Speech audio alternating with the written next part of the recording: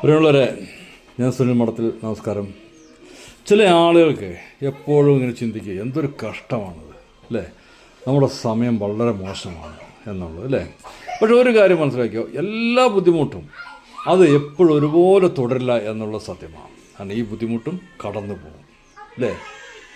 അത് ചെയ്യേണ്ടതെന്ന് വെച്ചാൽ ഈ ബുദ്ധിമുട്ടുകളിൽ നമ്മൾ രമിച്ചിരിക്കാതെ അല്ലെങ്കിൽ അതിൽ തന്നെ മുഴുകിയിരിക്കാതെ നിനക്ക് കഴിയുന്നതിൽ മികച്ചത് എന്ത് എന്ന് നിനക്ക് തോന്നുന്നത് ഇപ്പോൾ തന്നെ ചെയ്യുക. ഓക്കെ,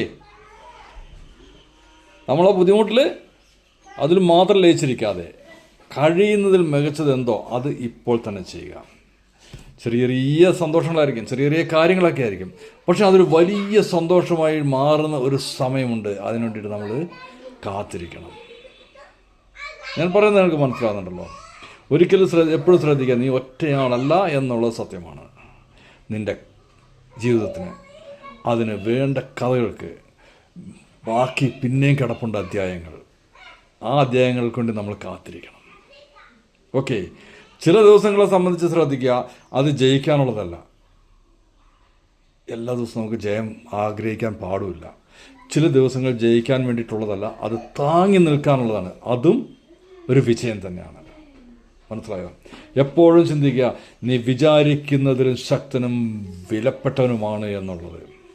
ആരും ആരെക്കാളും ചെറുതല്ല. അപരൻ്റെ മുമ്പിൽ അവരൻ വലുതാണ് എന്ന് നിനക്ക് തോന്നുന്നുണ്ടെങ്കിൽ മനസ്സിലാക്കുക, നീ അവനേക്കാൾ ചെറുതാണ് എന്ന് നിനക്ക് തോന്നുന്നത് കൊണ്ടാണ്. അതുകൊണ്ട് അപരനേക്കാൾ ഒട്ടും ചെറുതല്ല ഞാൻ എന്ന് നീ ചിന്തിക്കുമ്പോൾ നീയും അവനൊപ്പമായി. അത് നിൻ്റെ ജീവിതത്തിൻ്റെ പാതയെ ശക്തിപ്പെടുത്തും, ബലപ്പെടുത്തും.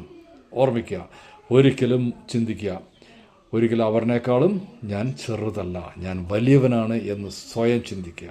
അതനുസരിച്ച് കാര്യങ്ങളെ